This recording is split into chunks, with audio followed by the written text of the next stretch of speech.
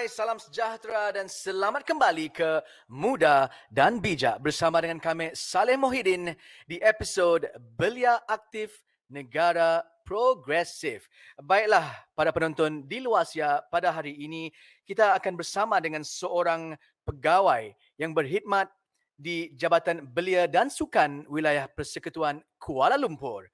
Beliau akan berkongsi berkenaan perkembangan di dalam bidang sukan, korelasi sukan dengan pembangunan negara, menerusi belia dan banyak lagi. Fellow viewers out there, please welcome to Muda and Bijak, Javix Badana Jowanis. Hai. Hai Javix. Hai Saleh. Apa khabar kita? Khabar baik. Thank you so much for being on Muda dan Bijak kerana sudi meluangkan masa dengan kami untuk berkongsi pengalaman kita dan juga career kita di dalam Jabatan Belia dan Sukan Baiklah Javix, sebelum kita teruskan, mungkin kami boleh panggil kita as your nickname JV Yes, nama glamour Javix JV. Baiklah JV, sebelum kita teruskan, mungkin JV boleh perkenalkan diri anda dulu, dulu sekolah di sini, berasal dari mana, berbangsa apa, kepada penonton di luar Asia. Dipersilakan Javix. Terima kasih Saleh. Nama saya Javix Badana Anak Jowanis. Saya juga dikenali sebagai JV. Saya berumur 30 tahun, berasal dari Sibu, Sarawak dan kini menetap di Kuala Lumpur. Saya bertugas sebagai seorang pegawai Belia dan Sukan di Jabatan Belia dan Sukan Negara, dan penempatan saya adalah di Jabatan Belia dan Sukan Wilayah Persekutuan Kuala Lumpur di Pejabat Ceras Bandar Tun Razak. Saya bersekolah dulunya di Sibu, di SK Sibu Jaya, sebelum saya meneruskan persekolahan di sekolah menengah di SMK Rosidobi dan juga di SMK Sibu Jaya. Seterusnya saya melanjutkan pelajaran ke Universiti Teknologi MARA di Kota Semarahan sebelum saya menyambung ke sarjana muda di UiTM Shah Alam.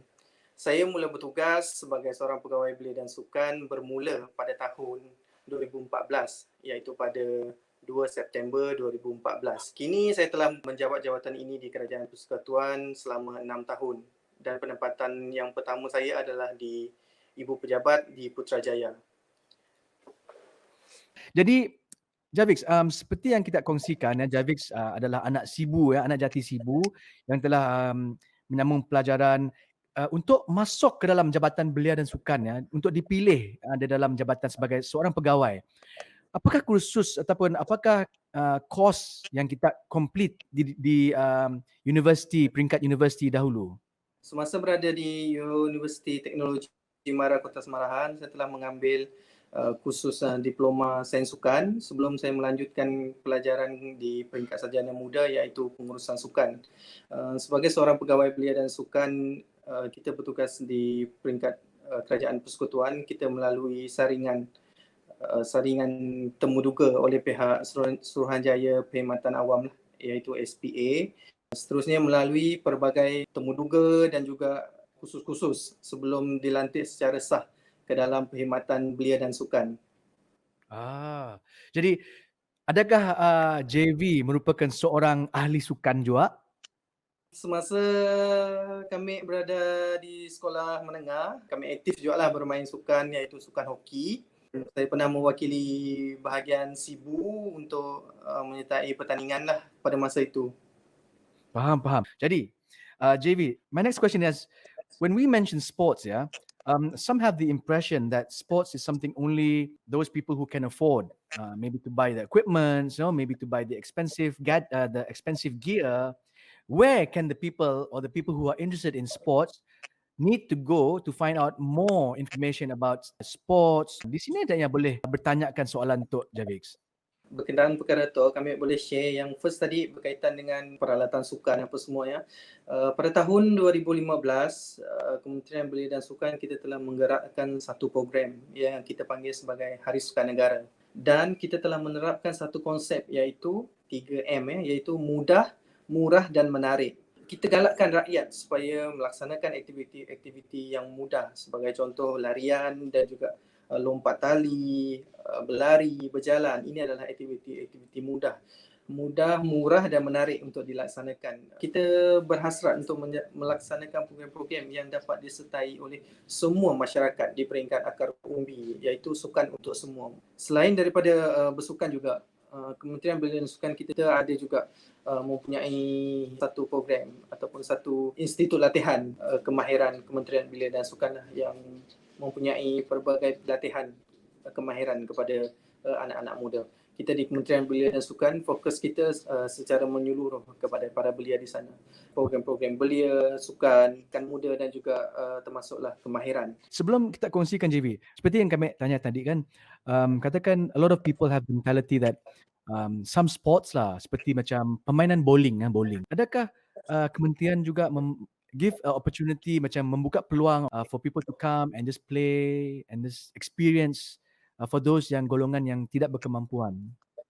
So kita ada satu hari di mana kita memberikan kelonggaran menggunakan fasiliti kerajaan secara percuma lah pada masa itu, dan kita berharap supaya inisiatif ini dapat kita laksanakan lagi pada tahun-tahun yang akan datang, di mana kita memberikan peluang dan ruang kepada masyarakat untuk menyertai dan merasai menggunakan fasiliti sukan yang di mana sebelum ini mungkin perlukan pembayaran, tetapi sempena Hari Sukan Negara tersebut, ini adalah inisiatif yang telah kita laksanakan.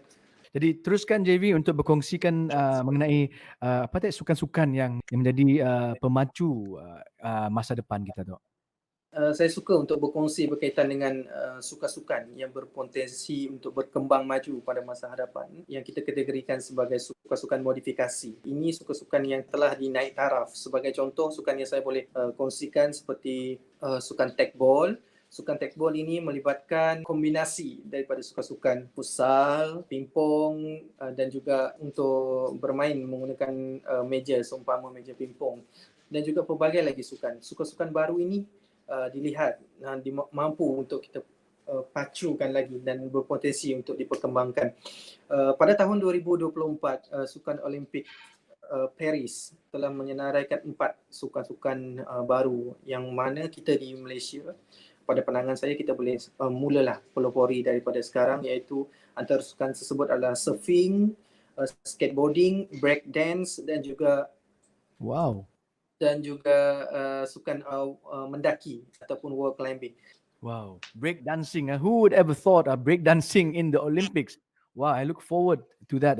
But just now you mentioned JV, tag ball. I selalu dengar pasal tag ball lo.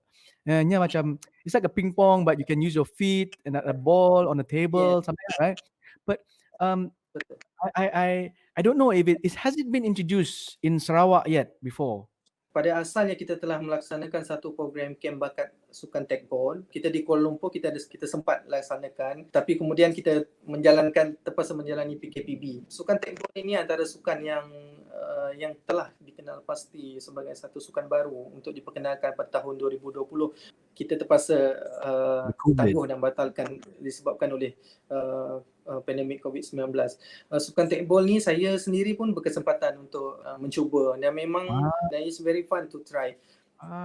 Mungkin JV dengan Saleh boleh perkenalkan di Sarawak tag ball. Sure. Boleh. Yes, we can do that.